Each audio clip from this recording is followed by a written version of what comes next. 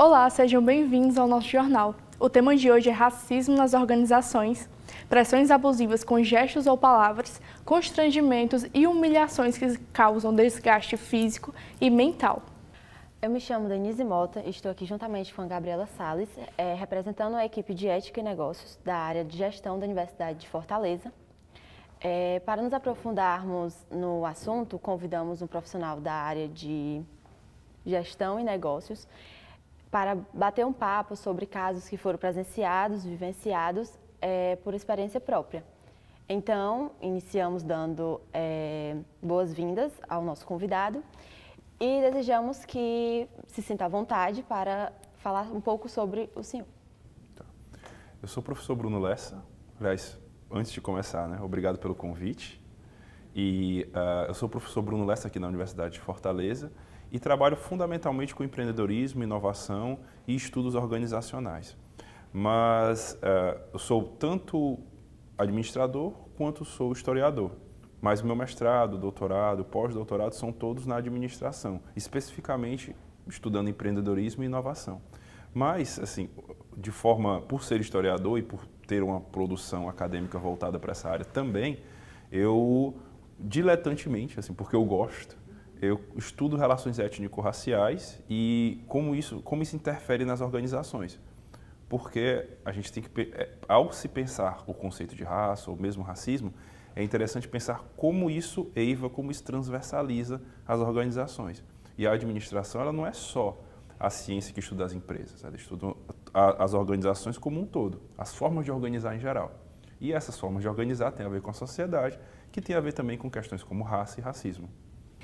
Bom dia, a gente vai agora fazer algumas perguntas para o nosso convidado, o professor Bruno Lessa, e tentar falar um pouco, para que ele fale um pouco sobre a experiência dele, sobre o assunto em si e falar um pouco sobre especificamente o racismo nas organizações. A primeira pergunta seria se o senhor já viveu alguma situação de racismo e até racismo nas organizações e se o senhor pode realmente relatar para a gente um pouco da sua experiência e as medidas que o senhor tomou a respeito disso. Eu acho interessante a gente ir por partes, Gabi, porque assim, é necessário pensar primeiro que o racismo ele não é um evento, ele não é algo que acontece isoladamente na cultura ou na sociedade. O racismo é o que a gente chama de uma estrutura. O que é uma estrutura? Uma estrutura é um conjunto de relações sociais. Elas existem, elas são objetivas, elas são históricas porque elas se constroem no decorrer do tempo e elas privilegiam mais uns grupos e prejudicam mais outros. Considerando a constituição da sociedade brasileira, da forma que ela é construída com o tráfico negreiro e com a racialização da sociedade, que é parte fundante do sistema de produção capitalista, do modo de produção capitalista, a sociedade brasileira segue nessa esteira da racialização. Por ser estrutural, e a estrutura, vale ressaltar, ela é algo tanto estruturada fora da gente, a gente vê as manifestações de racismo nos jornais, nas revistas, na televisão, onde quer que a gente olhe, mas ela é estruturante. O que quer dizer que ela é estruturante? Ela fomenta, ela organiza o nosso modo de pensar e interpretar a realidade. Se as organizações são pensadas, elas são formadas, por pessoas, e as pessoas vivem numa sociedade na qual elas são ensinadas, instruídas, não apenas formalmente, mas nas mais variadas relações sociais, a serem racistas, as organizações também serão. Então, a experiência da vivência do racismo, ela não pode ser tomada, porque isso pode gerar uma determinada falácia, um determinado erro de interpretação, como algo episódico. Ela tem que ser pensada como algo que constrói a sociedade brasileira, que é fundante. Por exemplo, se nós pensarmos as políticas migratórias que se constituem no Rio Grande do Sul, ou no sul do Brasil, alemão principalmente, a migração alemã, a partir de 1880, foi uma política pública engendrada pelo governo imperial na época, mas continuado no governo da República, para eliminar a população negra. O foco era uma política eugênica, na qual os arianos, a população alemã, era identificada como uma população superior e, assim, vindo para o Brasil, embranqueceria a população. O foco, ao fim e ao cabo, era a eliminação do problema do negro no Brasil, como muitos teóricos na época e inclusive autores famosos como Monteiro Lobato defendiam. Então a experiência do racismo ela é algo que constrói a vida do ser negro brasileiro, ou ser negra no Brasil. Por exemplo, eu tenho um determinado, mas eu tenho outros colegas que também têm, isso até foi mote num filme recente, naquele Medida Provisória, no qual a gente tem, a comunidade negra, normalmente tem um problema muito crônico com cheiro. Por quê? Com feder. Né? Por quê?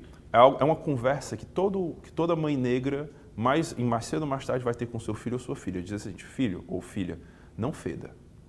Em poucas palavras, sendo sintético com você. Por que não pode feder? Porque você já é preto. Então, se você for preto e gordo, você vai ter 2 estigmas. Elas não falam isso, mas você só pode ter um, que é ser preto. Você não pode ser preto e fedorento, como eu estava falando do fedor. Então, é uma neurose que você vê sistematicamente nos homens negros e nas mulheres negras é com o cheiro. A gente escuta o negro fedorento, por exemplo. Então, assim, o racismo ele é algo que ele é vivenciado de fora para dentro, mas também de dentro para fora. E ele é um ciclo que se produz e se reproduz. E ele é fundamental para a constituição, não no sentido positivo, mas no negativo, para a constituição das relações sociais que nós temos no Brasil. Essa relação de supremacia do branco. Que você deve ter ouvido falar disso nos documentários, nas entrevistas, supremacia branca, white supremacy, white supremacist, os supremacistas brancos. É porque no momento que a sociedade começa a se racializar, isso lá no século XVI, porque antes do século XVI não se tinha essa visão de raça que nós temos hoje. Mas no momento que o europeu ele se estabelece como padrão universal, né, o homem europeu, branco, heterossexual, cristão, é necessário que você crie como eu posso dizer, um estofado, um estofo ideológico que permita explorar ao limite do limite as outras raças, seja os indígenas no primeiro momento ou os negros no segundo. E aí, respondendo mais objetivamente a tua pergunta, quais foram as experiências de racismo que eu vivi? As que toda a população negra, em maior ou menor grau, vive. Agora, é fundamental falar que não há como pensar raça sem pensar em duas outras categorias, que é gênero e classe. O que eu quero dizer com isso? Por ser um homem negro, eu heterossexual e de classe média, eu não vivenciei aqui no Ceará determinadas figuras de racismo que colegas meus no Sul vivenciam. Por exemplo, por conta da minha altura, eu passo mais claramente a mensagem de que sou um negro de classe média. Porém, no Sul, interessante, lá e por ser mais alto também, né, ter essa compleição diferente, mas no Sul eu era muito identificado com o que eles chamam lá de mano, porque os negros no Sul são maiores. Por quê? Porque aqui no Nordeste, a gente teve, mais precisamente no Ceará, nós tivemos um tráfico negreiro diferente. Os negros, como aqui não tinha grandes lavouras, né, tão substantivas como você tinha no Sul do Brasil, os negros aqui traficados eram menores, mais franzinos. Então não tem tanta gente do meu tamanho, como você vai na Bahia, no outros lugares, você vê negros maiores. E lá, eu morei lá alguns anos, fazendo doutorado, e fui mais de uma vez, né, era seguido pela PM, fui seguido, assim, escoltado de um lugar para outro, saí de manhã cedo para ir para a academia, e aí eu via a brigada me seguindo, me confundindo, né, com um potencial bandido. Se eu fosse loiro do olho azul, potencialmente não seria confundido da mesma forma. E tantos outros assassinatos no âmbito da população negra, em ações policiais, ocorrem nesse sentido, porque tal indivíduo é confundido com um bandido.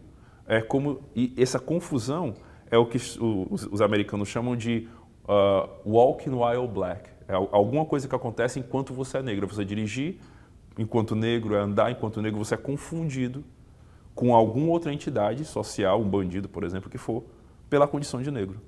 Então, o racismo, ele é fundamental que ele não seja entendido como um episódio, para responder a tua pergunta por final. Ele deve ser entendido como uma estrutura. E para superá-lo, é necessário superar o conjunto de relações sociais que formam o que nós chamamos de sociedade brasileira. Ok, muito obrigada. Eu sei que é uma coisa que é muito além do que realmente é uma simples atitude sua, né? Porque é mais realmente, como o senhor falou, da sociedade em si. Mas o senhor fez alguma coisa a respeito sobre alguma atitude racista que alguém teve com o senhor? Mais especificamente comigo, a minha posição é sempre de confronto. porque eu penso que é algo, eu vou dizer, algo que é meio controverso e ao mesmo tempo incisivo, mas eu penso que chegamos a um ponto na sociedade brasileira onde os crimes que envolvem injúria racial estão galopando, né? Porque você tem determinados grupos que estão sendo incentivados a esse comportamento, por conta de um ganho político que vem nessa esteira. Então, eu penso que a melhor saída hoje não dizer o confronto no sentido de violência, mas o questionamento, a exposição, a oposição a esse tipo de comportamento. A exposição no sentido, porque eu creio no seguinte, tem um sociólogo clássico da ciência social, né, perdão, Cleodado, chamado Norbert Elias. E ele, num livro clássico chamado Processo Civilizador, ele fala de duas estruturas fundamentais para a gente constituir o que a gente chama de civilização. O embaraço e a vergonha. O embaraço é aquela como a gente fala, vergonha alheia. Você vê, por exemplo, alguém comendo no chão, você fica constrangido. Você vê uma pessoa com uma roupa que não está muito adequada para o lugar, você fica constrangido. Isso é embaraço. A vergonha é quando eu cometo algo errado e fico envergonhado do errado que cometi. De uns anos para cá, uns 4, 5 anos para cá, esse tecido civilizador fundamental para a constituição da sociedade brasileira, que foi reforçado no decorrer de alguns anos atrás, ele vem sendo cada vez mais rasurado, cada vez mais rasgado quase. Então você vê o que acontece. Essa vergonha que se tinha de ser racista, o que na sociedade brasileira é algo razoavelmente novo, porque basta só observar programas de televisão como Os Trapalhões, A Escolinha do Professor Raimundo, o chamado racismo recreativo era muito patente na sociedade brasileira. Isso foi diminuindo e diminui cada vez mais, assim como a homofobia recreativa, mas é algo pertinente.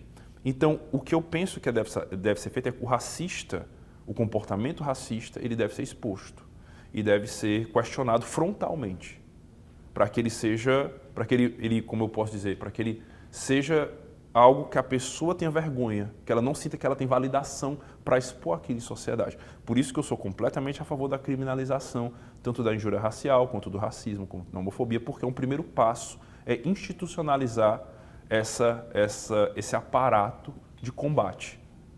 Então eu penso o seguinte, cara, mais individualmente eu tenho uma série de ativismos e de participações em organizações que combatem o racismo, tento, dentro do rol das minhas aulas, embora dê aula de administração, de empreendedorismo, que aparentemente, né, de forma clássica, mas porque tem a ver com a questão da supremacia branca que eu estava falando para vocês, não se figura como algo onde o debate de raça aconteça, mas a Universidade de Fortaleza, sempre na vanguarda, permite que nós debatamos isso com o alunado, que vocês façam um trabalho maravilhoso como esse que vocês estão fazendo. Eu parabenizo a professora, inclusive, nesse sentido.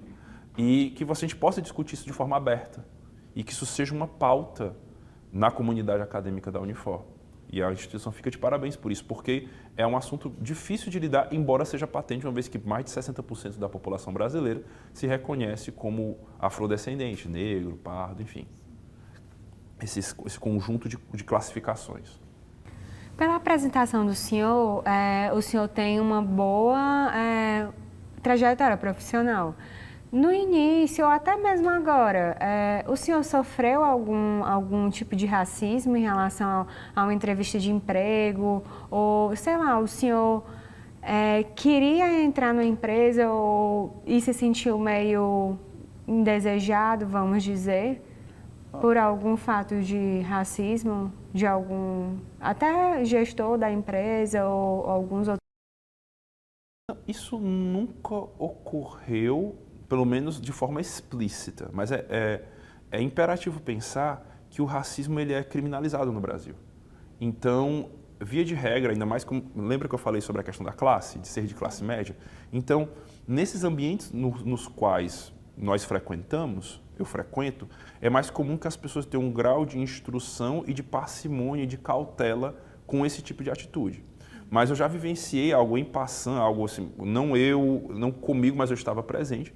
A minha irmã, ela foi executiva de grandes empresas durante muitos anos, uma mulher investidora no mercado de ações, independente financeiramente há muitos anos.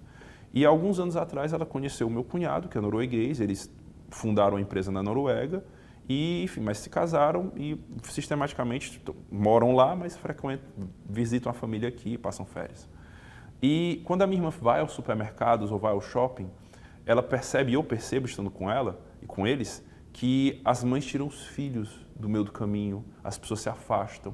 Porque como ela é como eu, ela é negra, né? Ela se reconhece como negra, ou negra de pele mais clara, mas se reconhece como negra. E ela é sistematicamente, como eu falei, lembra da confusão? Ela é confundida com o quê? Com prostituta. Porque o meu cunhado é caucasiano, é escandinavo, né? É um norueguês típico. Mas as pessoas tiram, ela foi percebendo, meu cunhado fica, como essa vivência racista para ele é mais escassa, porque a sociedade, 95% da população da Escandinávia como um todo vem mais ou menos da mesma etnia, ou de etnias bem parecidas, assim, em termos de fenótipo, né? Então ele fica mais impressionado, mas a minha irmã, que já nascida e criada aqui, sabe do que ela está sendo confundida. Mas isso diz muito sobre o perfil de pessoa que recorre à prostituição no Brasil, diz muito sobre o perfil do lugar no qual ela está frequentando, que são os supermercados de classe média alta, certo? Então, assim, retomando para o que você me perguntou, como eu tenho determinados privilégios estruturais, lembra das estruturas que eu falei? Raça, classe, gênero, certo? Embora eu seja um homem negro, eu sou um homem negro heterossexual de classe média. Então, eu colho os privilégios de ser, por exemplo, heterossexual e de ser de classe média. Então, a interface que eu faço com as manifestações racistas, elas foram bem menos patentes. Agora, é claro que eu vivenciei já de estar andando na rua e ser brutalmente revistado pela polícia. Tipo, ser deitado no chão, coturno na minha cabeça, né? Eu tinha 14, 15 anos andando no bairro. Porque a política pública histórica no Brasil para as populações negras, qual é? É a polícia. É o policiamento. Pensar em cotas, que são fundamentais, é algo muito recente na história do Brasil. Pensar em qualquer forma de compensação. Porque o que acontece? Você tem a abolição em 1888, mas você não tem uma política pública de inserção daquele escravo na sociedade. O que é feito? A substituição, que já vinha sendo realizada, dessa mão de obra, mesmo nas lavouras e na indústria nem se fala, pela mão de obra, no caso a mão de obra europeia. Os imigrantes italianos na época, a Itália vivia uma situação de fome e de conflito social. Esses imigrantes fogem para o Brasil, né? Nesse caso aí é uma galera que não vem patrocinada, já a migração alemã é uma outra questão. Mas ambas são políticas públicas, focalizadas na subalternalização, na marginalização da população negra que era vista de forma inferior biologicamente, socialmente, e é destinada via essas políticas públicas, que são desenhadas, os códigos também, os códigos, a codificação, sem o aparato penal, você não sustenta o racismo no Brasil. Por quê? Sustenta o racismo sim, mas você não sustenta essa estrutura de raça que você tem. Por quê? Eu preciso alongar um pouco a explicação.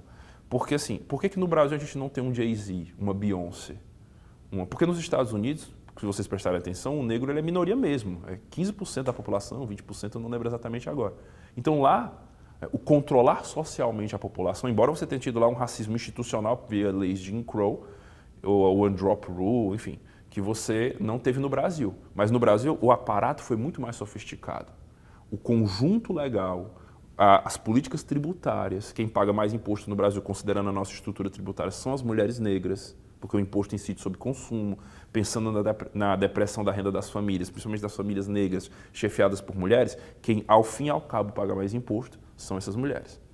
E você tem toda uma estrutura muito sofisticada de controle dessa população, dessa massa, que são mais de 60% da população brasileira, diferentemente. Então, por que a gente não tem um Jay-Z, uma Beyoncé, um Tyler Perry, uma Oprah?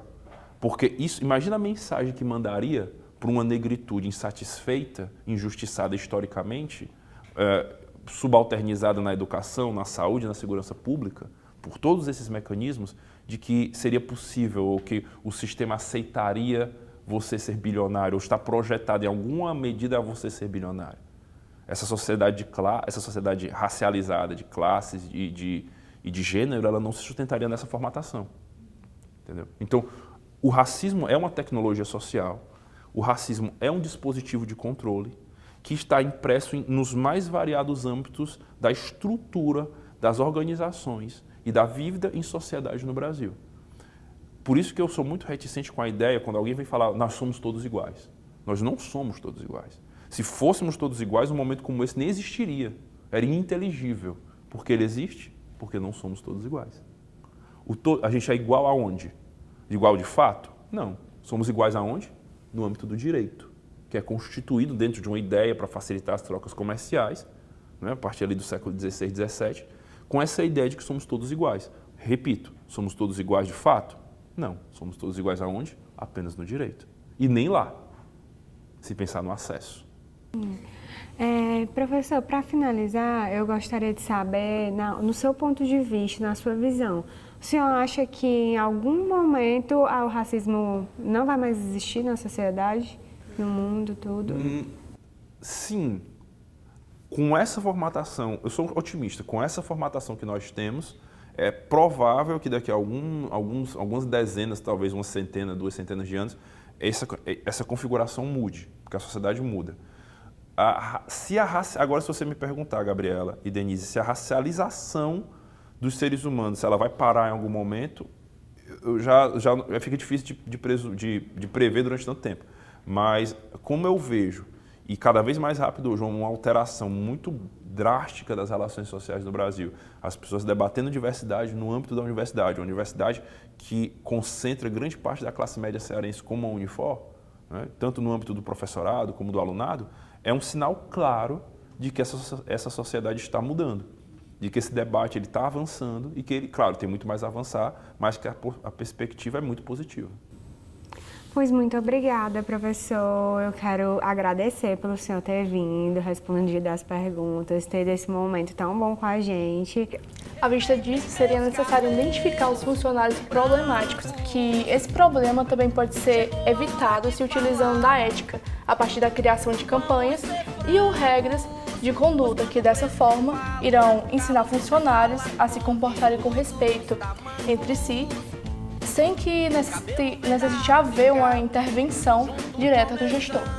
O racismo não deve ser ignorado, pois o mesmo afeta tanto a integridade física quanto a mental de suas vítimas, podendo resultar em traumas psicológicos e em processos legais a longo prazo. Obrigada.